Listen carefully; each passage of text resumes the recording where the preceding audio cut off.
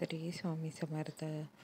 गुरुचरित्र अध्याय 14. महत्त्व आणि वाचण्याचे फायदे. श्री गुरुदेव दत्त. आज दत्त जयंती आहे. एकादशीप्रमाणे आज आपल्याला उपवास करावयाचा आहे.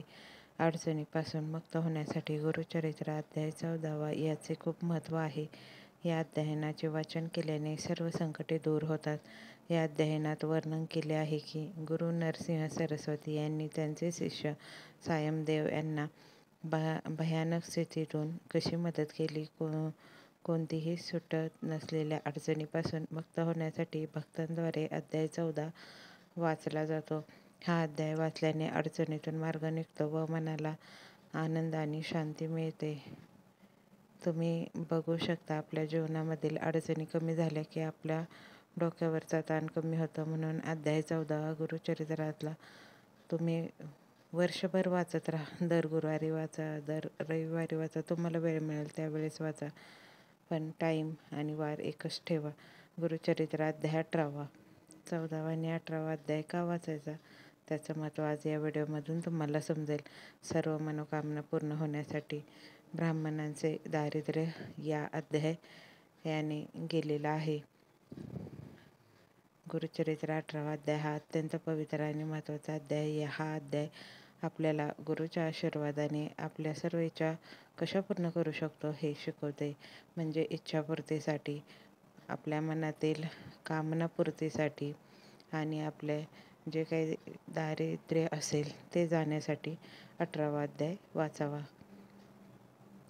श्री गुरुचरित्र पारायण ग्रंथ मराठी कथासार. श्री गुरुचरित्र अध्याय 14. आपण मराठीतून अध्याय 14 यामध्ये काय सांगितलं आहे ते बघणार आहे.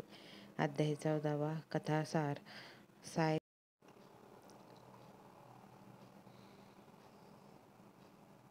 अध्याय 14 कथासार. मराठीतून.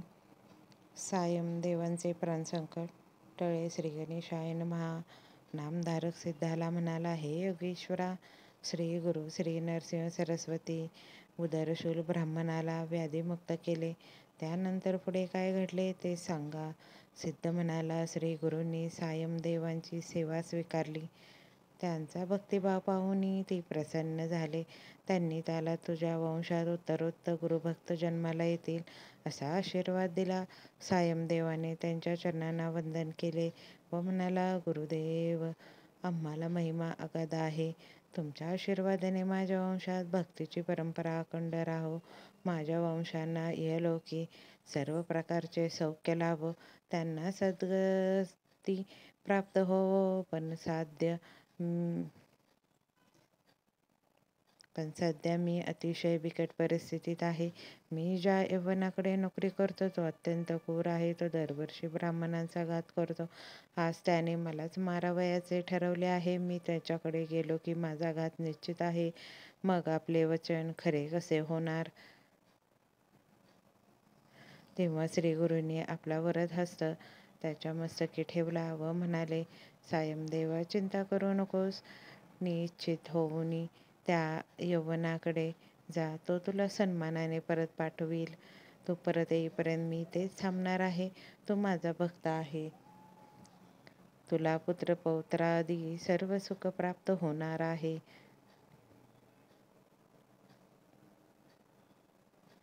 श्रीगुरूंनी अभय दिले आणि सायमदेवांची काळजीच मिटली. तो यवनाकडे गेला. त्या यवनाच्या रूपाने त्यांच्यासमोर साक्षात यमच उभा आहे असे त्यांना वाटू लागले. यवनाने सायमदेवाला पाहिले तो त्याला अग्नीसारखा भयंकर तेजस्वी दिसला. हा काय चमत्कार आहे हे त्यांना कळेना.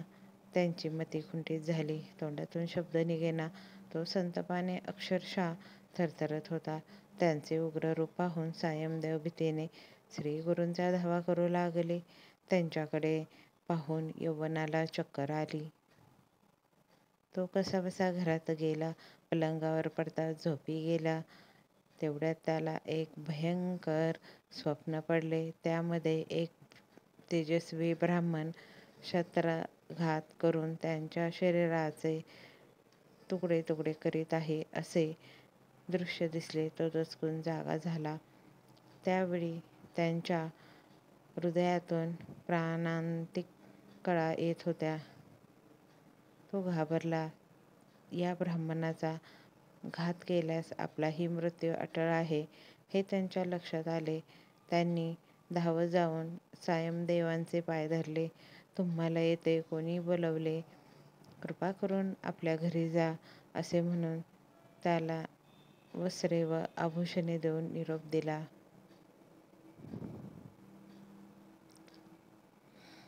प्राणसंकट टळले होते. सायमदेव श्रीगुरूंना भेटण्यासाठी आतुरतेने धावत नदी तीरी गेले. कृतज्ञतेने त्यांचे पाय धरले. यौवनाकडे वृत्तांत सांगताना त्यांचे हृदय अक्षरशः गलबलून गेले होते. तो म्हणाला, गुरुदेव, आपण माझे रक्षणकर्ते आहात. आपल्या कृपेनेच मला जीवदान मिळाले. आता तुमची सेवा हाच माझा धर्म. मला तुमच्याबरोबर न्या. तेव्हा श्री गुरु म्हणाले, सायमदेवा, आम्ही तीर्थयात्रेसाठी दक्षिणेकडे निघालो आहोत. 15 वर्षांनी परतून येऊ तेव्हा तुझ्या गावाजवळच राहू. त्यावेळी तू मला मुलाबाळांसह मला भेटायला ये. आता तू घरीच राहा, सुखाने संसार कर. श्री गुरूंनी सायमदेवांचे सांत्वन केले आणि त्यांची समजूत घालून त्यांना घरी पाठवले. तेथून ते तीर्थयात्रा करीत शिष्यांसह आई वैजनाथ क्षेत्री गेले. तेथे स्वतःला कोठेही प्रकट न करता गुप्तपणे राहिले.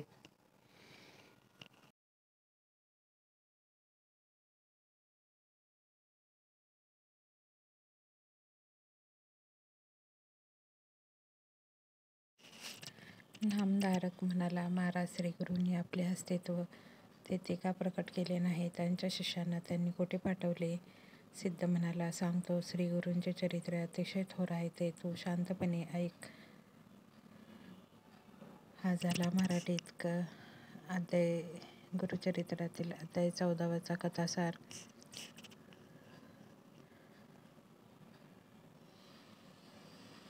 श्री गुरुदेव दत्त. अवधूत चिंतन. श्री गुरुदेव दत्त. गुरुचरित्र अध्याय 14वा.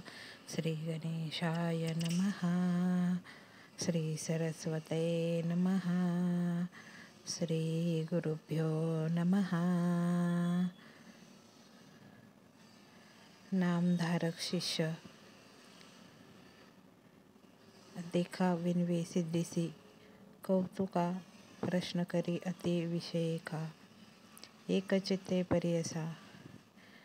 जय जया योगेश्वरी सिद्धमूर्ती ज्ञानसागरा.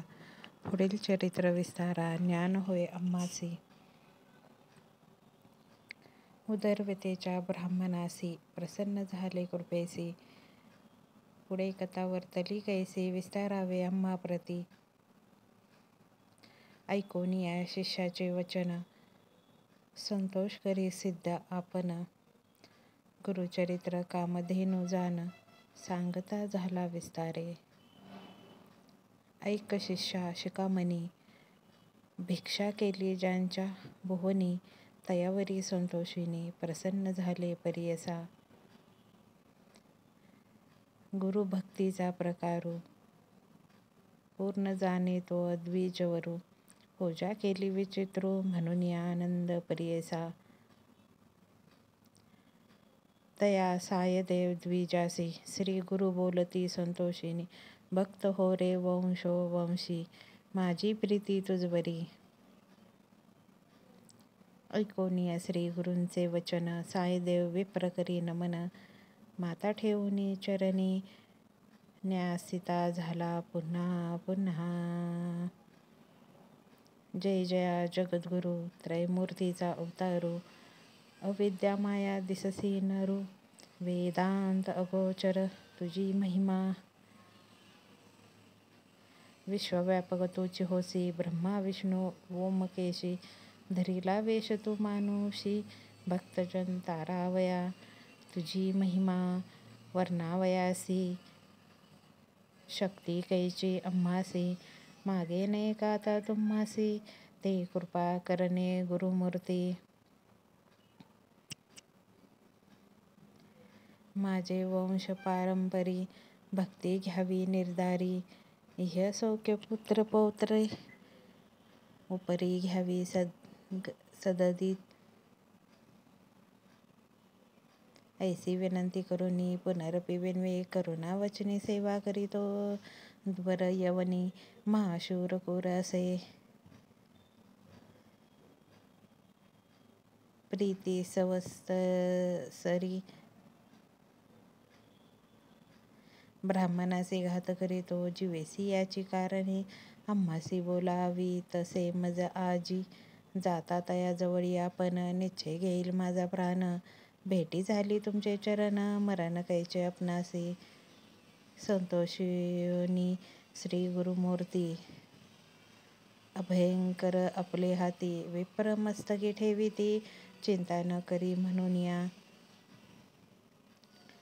भय सांडोनी त्वा जावे क्रूर यवना भेटावे. संतोषोनी प्रिय भावे पुनरपि पाठवील आम्हापाशी.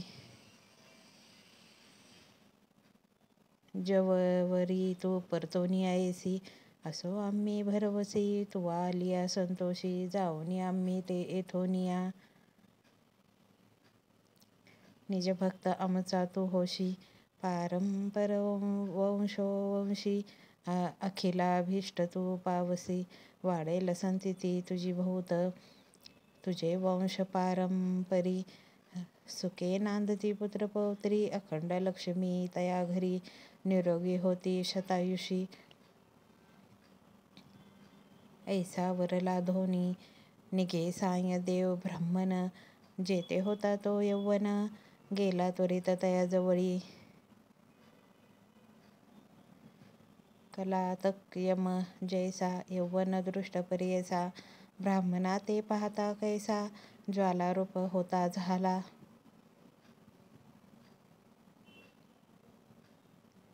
विमुख होऊनी गृहात गेला यौवन कोपत.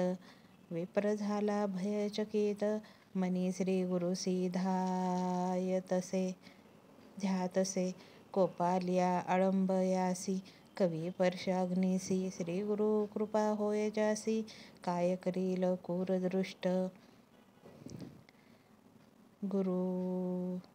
गरुडांच्या पिल्लासी सर्प तो कवने परी. ग्रासी तैसे तया ब्राह्मणासी असे कृपा श्री गुरूंची. का एकदा सिंहासी ऐरावत कवी ग्रासी. श्री गुरु कृपा होय जासी कली काळांचे भय नाही. ज्यांच्या हृदयी श्री गुरु स्मरण त्यासी कैसे भय दारुण. काळ मृत्यून बाधे जाण अपमृत्यू काय करी. ज्यासी नाही मृत्यूचे भय त्यासी यौवन असे तो काय. श्री गुरु कृपा ज्यासी होय यमाचे मुख्य भय नाही. ऐसे परी तो यौवन अंतःपुरात जाऊन सुपुष्पित केली भ्रमित होऊन. शरीर स्मरण त्यासी नाही हृदय ज्वाला होय त्यासी. जागृत होऊनी परियेसी प्राणांतक व्यथेसी. कष्ट तसे तये वेळी स्मरण असे नसे काही. म्हणे शास्त्रे मारितो घाई छेदन करीतो अवयव पाही. विप्र एक आपणासी स्मरण झाले तये वेळी धावत गेला ब्राह्मणा जवळी. लोळतसे चरण कमळी म्हणे स्वामी तूची माझा. येते पाचारिले कवनी जावे तरी त्वरित परतोनी. वस्त्रे भूषण देवोनी निरोप देतो तये वेळी. संतोषोनी द्विजवर आला ग्रामा वेग वक्त्र. गंगा तीरी असे वासर श्री गुरूंचे चरण दर्शना. देखोनिया श्री गुरुसी नमन करीतो भावेसी. स्तोत्र करी भोवसी सांगे वृत्तांत आद्यवत.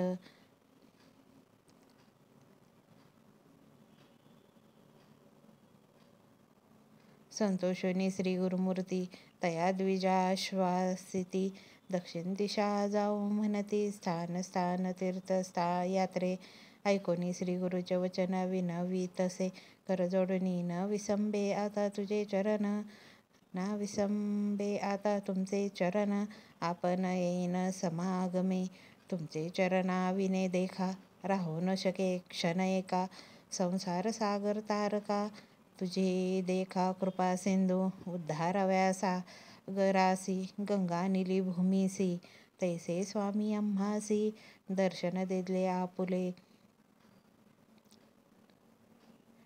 भक्तवत्सल तुझी ख्याती आम्हा सोडणे काय नीती सवे उनी निश्चिती म्हणून या चरणी लागला येणे परी श्री गुरुसी विनवे विप्र भावेसी संतोषोनी विनेसी श्री गुरु म्हणती तैवेळी कारण असे आम्हा जाणे तीर्थ असती दक्षिणे पुनरपी तुम्हा दर्शन देणे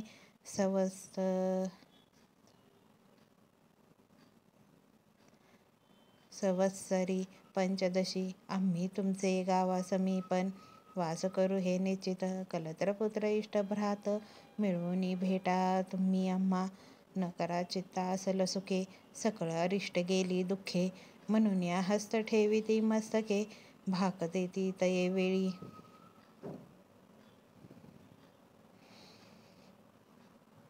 ऐसे परी संतोषोनी श्री गुरु निघाले तेथुनी जेते असे आरोग्य भवानी वैजनाथ महाक्षेत्र समस्त शिष्या समवेत सर्व गुरु आले ते तीर्थे पाहत प्रख्यात असे वैजनाथ तेथे राहिले गुप्त रूपे नामधारक विनवी सिद्धीसी काय कारण गुप्त व्हावयासी होते शिष्य भोवसी त्यासी कोटे ठेविले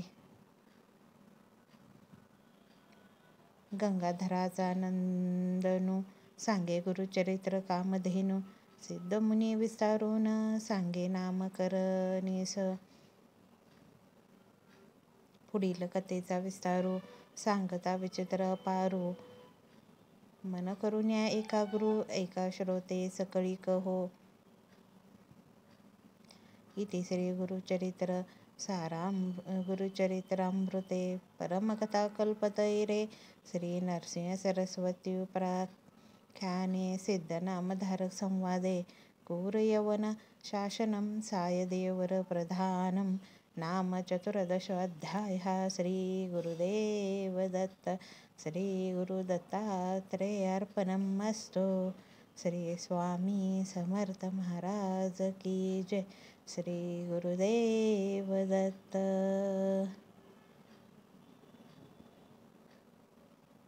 श्री स्वामी समर्थ श्री स्वामी समर्थ गुरुचरित्र अध्याय 18 मराठी कथासार श्री गुरुचरित्र अध्याय 18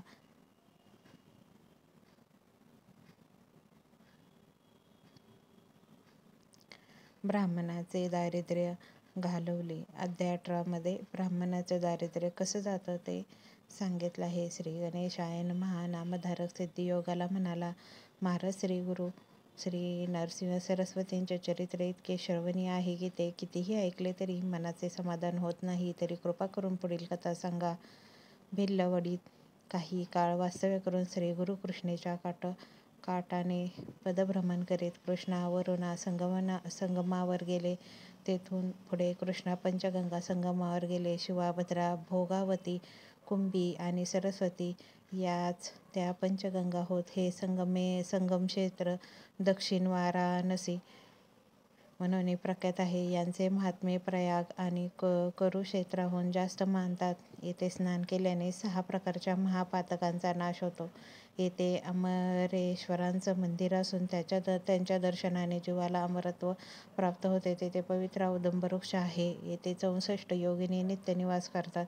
येथील संगम अष्टकुळात शुक्लतीर्थ, पापविनाशी तीर्थ, काम्यतीर्थ, सिद्ध वरदतीर्थ, प्रयाग तीर्थ, शक्तितीर्थ, अमरतीर्थ व कोटी तीर्थ असे 8 तीर्थे आहेत. कृष्णा, वैनी व पंचगंगा मिळून एकूण 7 नद्या आहेत. त्यांच्या दर्शनाने सर्व मनोकामना पूर्ण होतात. त्यांच्यात स्नान केल्याने अगणित पुण्यलाभ होतो.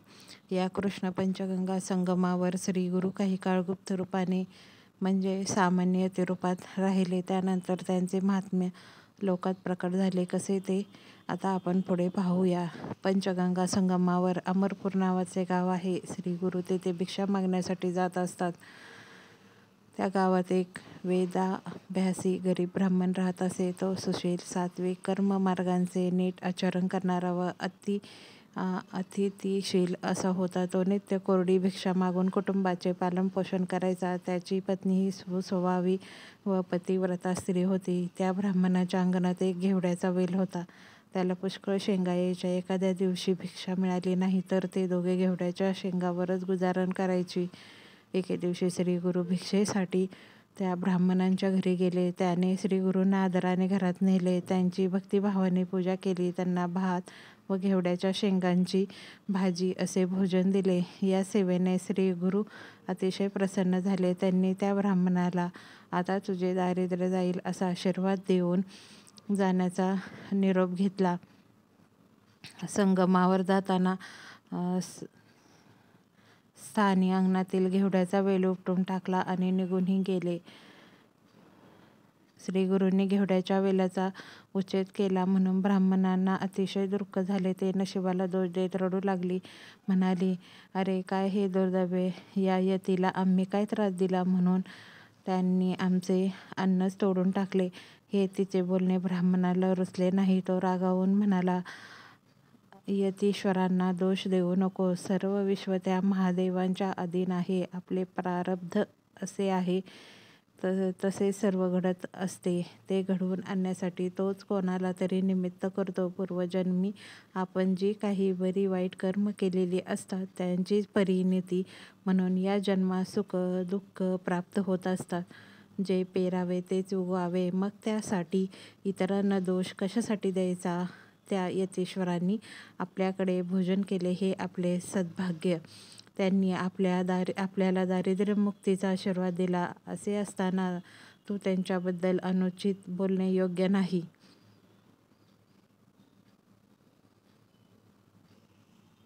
त्यानंतर ब्राह्मणाने तो सर्व वेल एकत्र करून नदीच्या पात्रात टाकला. त्या वेल्यांचे मूळ खूप खोलवर गेले होते. ते तरी कशाला ठेवायचे म्हणून तो जमीन खंदू लागला आणि त्यांनी वेलीचे मूळ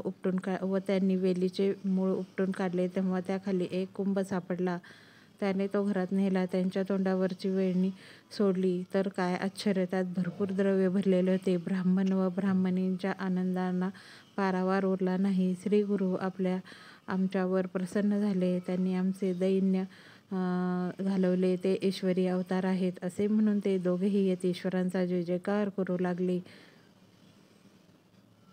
त्यानंतर ते दाम्पत्य संगमावर गेले. त्यांनी श्रीगुरूंना कृतज्ञतेने वंदन केले. त्यांची पूजा केली व घडलेला सर्व प्रकार सांगितला. तेव्हा श्रीगुरू म्हणाले, या घटनेची कोठेही वाच्यता करू नका. जर बोलाल तर आलेली लक्ष्मी निघून जाईल. माझ्याबद्दलही काही सांगू नका. तुमच्या वंशात लक्ष्मी अखंड नांदेल. ते ऐकून ते दाम्पत्य धन्य झाले. श्रीगुरूंचा निरोप घेऊन घरी परतले. नामधारका, ज्यांच्यावर गुरुकृपा होते त्यांच्या घरी दैन्य राहतच नाही. म्हणून ज्यांचे दैव चांगले नाही त्यांनी श्री गुरूंना शरण जाऊन त्यांची भक्ती करावी. गुरुकृपेने इहपरलोकी सौख्य प्राप्त होते. भक्ताचे कल्याण होते. श्री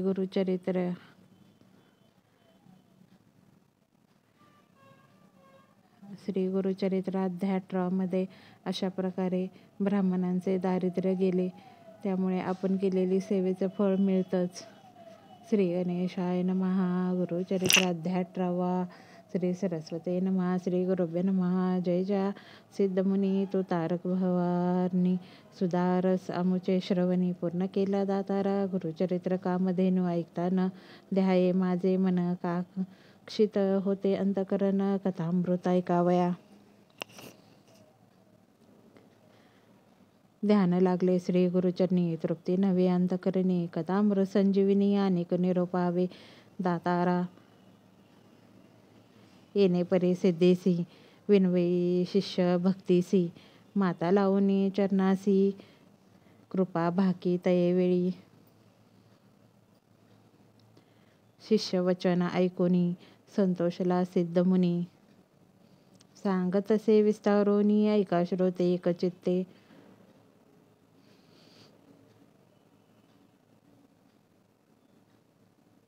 एक शिष्या शिकामणी, धन्य धन्य तुझी वाणी, तुझी भक्ती श्री गुरुचरणी, तल्लीन झाला परियसा. तुझा करीत आम्हासी, चेतन झाले परियसी, गुरुचरित्राध्यतेसी, स्मरण झाले अवधारी. भिल्लवडी स्थान महिमा, निरोपिला अनुपमा, पुढील चरित्र उत्तम, सांगे नायका एकचित्त. क्वचित काळ तये स्थानी, श्री गुरु होते गोपयोनी, प्रकट झाले म्हणून पुढे निघाले परियसा.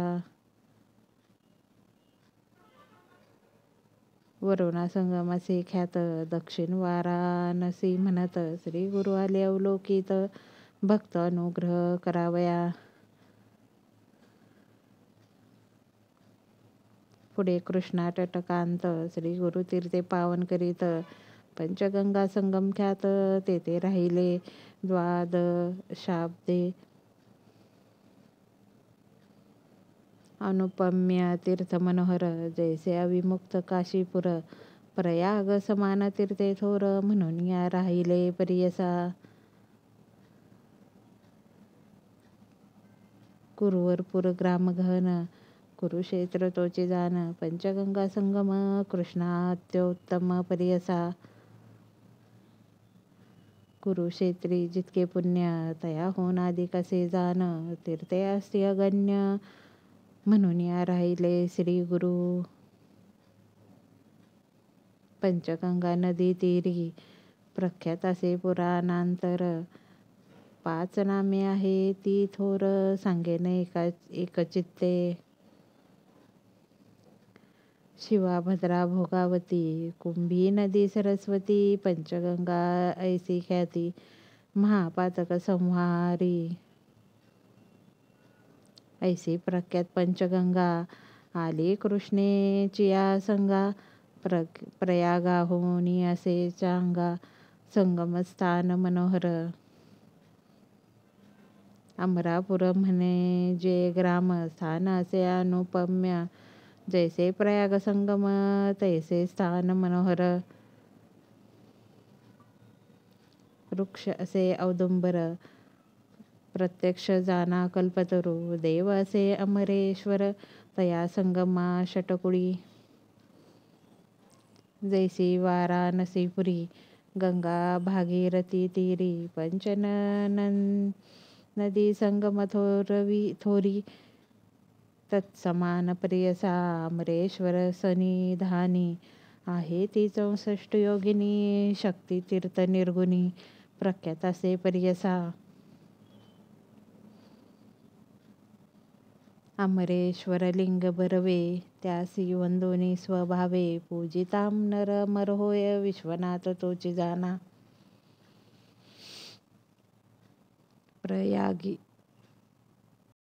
प्रयागी करिता माग स्नान, जे पुण्य होय साधन, शतगुण होय तयाहून एक स्नाने परियसा. सहज नदी संगमात, प्रयाग समानासे ख्यात, अमरेश्वर परब्रह्म वसतो, तया स्थानी वास असे. या कारणे तये स्थानी, कोटी तीर्थे असती निर्गुण, वाहे गंगो दक्षिणी, वेणी सहित निरंतर. अमित तीर्थे तया स्थानी, सांगता विस्तार पुराणी, अष्टतीर्थे ख्याती जीन, तया कृष्णा तटकांत. उत्तर दिशी असे देखावहे, कृष्णा पश्चिम मुखा शुक्ल तीर्थ, नामायिका ब्रह्म हत्या पाप दूर. औदुंबर सन्मुखेसी, तिन्ही तीर्थे परियसी एकानंतर एक धनुषी तीर्थे असती मनोहर. पाप विनाशी काम्य तीर्थ तिसरे सिद्ध वरद तीर्थ अमरेश्वर सनिधार्थ अनुपम्य असे भूमंडळी. पुढे संगम षटकुळात प्रयाग तीर्थे असे ख्यात. शक्ती तीर्थ अमर तीर्थ कोटी तीर्थ परियसा तीर्थे असती परंपरा पर सांगता असे विस्तार. या कारणे श्रीपाद गुरु राहिले तेथे द्वादशाब्दे. कृष्णावयनी नदी दोन्ही पंचगंगा मिळून या सप्तनदी संगम सगुणी. काय सांगू महिमा त्याची ब्रह्महत्यादी महापातके जाळून या जाती स्नाने ऐक. ऐसे सिद्धस्थान अनिके सकळाभीष्ट होय तिथे. काय सांगू त्याची महिमा अनिक घ्यावया नाही उपमा. दर्शन माते होती काम्या स्नान फळ काय वर्णू. साक्षात कल्पतरू असे वृक्ष औदुंबरू. गौप्य होऊन या अगोचरू राहिले श्रीगुरु तया स्थानी. भक्तजन तारणार्थ होणार असे ख्यात. राहिले तेथे श्री गुरुनाथ म्हणून या प्रकट झाले जाना. असता पुढे वर्तमानी भिक्षा करावया प्रतिदिनी. अमरपूर ग्रामी जाती श्री गुरु परियसा. तया ग्रामी द्विजैक असे वेदाभ्यासक. त्याची भार्या पती सेवक पतिव्रत शिरोमणी. सुक्षीण असे तो ब्राह्मण शुक्ल भिक्षा करी आपण. कर्म मार्गी आचरण असे सात्विक वृत्तीने. तया विप्र मंदिरात असे वेल उन्नत. शेंगा निगती नित्य बहुत त्याने उदरपूर्ती करी.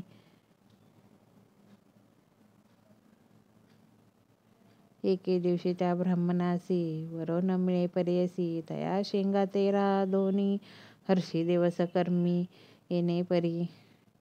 ऐसा तो ब्राह्मण दरिद्री याच कारणे उदर भरी. पंचमहायज्ञे कुसरी अतिथी पूजी. भक्तीने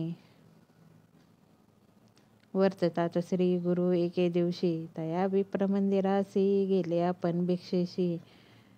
नेले विप्र भक्तीने भक्तिपूर्वक श्री गुरुसी. पूजा करी तो षोडशी. घेवडे शेंगा भोवसी केली होती पत्र शाखा. भिक्षा करुणी ब्राह्मणासी आश्वासिती गुरु संतोषी. केले तुझे दारिद्र्य दोषी म्हणून या निघती तये वेळी. तया विप्रांचे गृहात जो का होता वेल उन्मत. घेवडा नाम विख्यात अंगण सर्व वेष्टिले असे.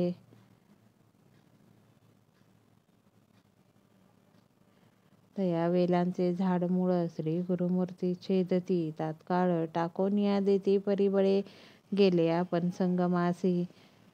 विप्र वनिता तये वेळी दुःख करीते पुत्र सकळी. म्हणती पहा हो दैव बळी कैसे अदृष्ट आपले. आम्ही तया यतीश्वरासी काय उपद्रव केला त्यासी. आमचा ग्रास छेदुनी कैसी. टाकुनी दिला भूमीवरी. ऐसे परी ते नारी दुःख करी नाना परी. पुरुष तो तिचा कोप करी म्हणे प्रारब्ध प्रमाण. म्हणे स्त्रियेसी तये वेळी जे जे होणार जया काळी. निर्माण करी चंद्रमौळी तया दीन विश्वजान.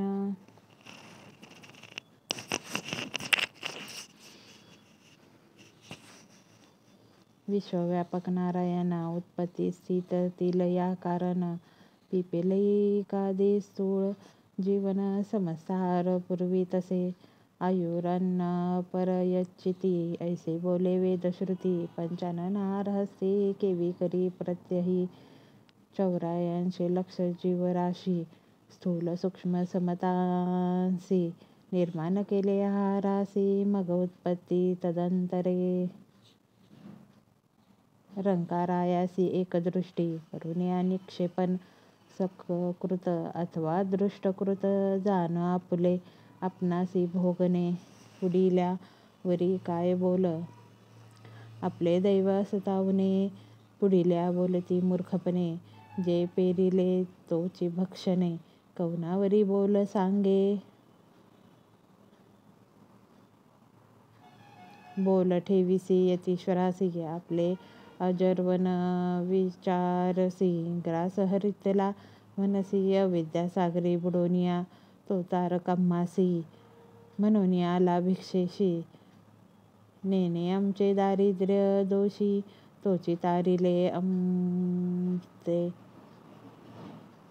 येणे परी स्त्रियेसी. संभाषी विप्रपरियेसी काढून या वेल शाखेशी. टाकीता झाला गंगेत तया वेलेचे मूळ थोरी. जे का होते आपले द्वारी काढू म्हणून या द्विजवरी. खनिता झाला तये वेळी काढिता वेल मुलासी. लाधला कुंभे निधानेसी आनंद झाला बहुवसी. घेऊन या गेला घरात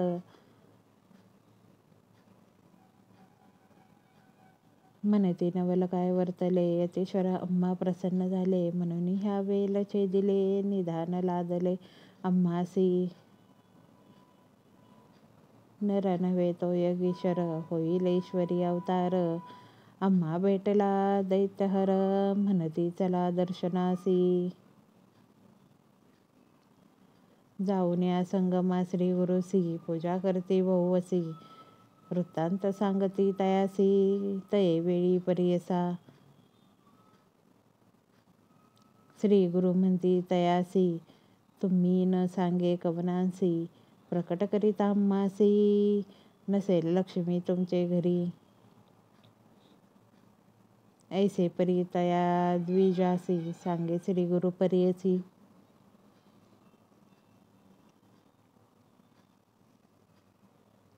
अखंड लक्ष्मी तुमचे वशी. पुत्र पौत्री नांदेल ऐसा वर लादून. गेली वनिता तो ब्राह्मण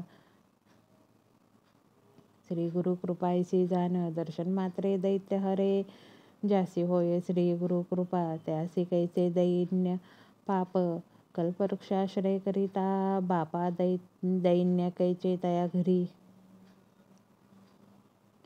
देव नासे तो नरू त्याने आश्रय यावा श्री गुरु. तो चिवरेल पैल पारू पूज्य होय सकलिकाई.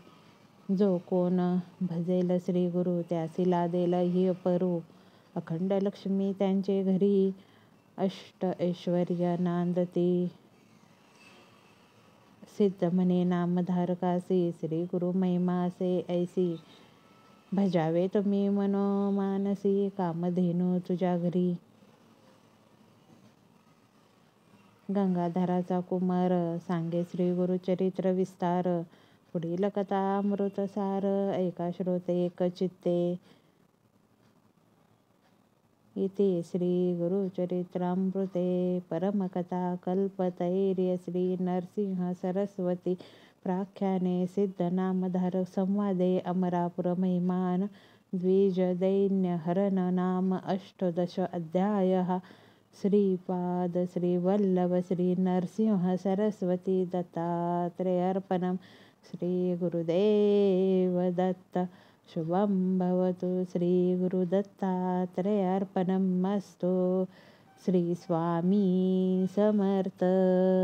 श्री गुरुदेव दत्त. आज दत्त जयंती निमित्त आपण 14वा आणि 18वा अध्याय नक्की वाचावा. श्री स्वामी समर्थ.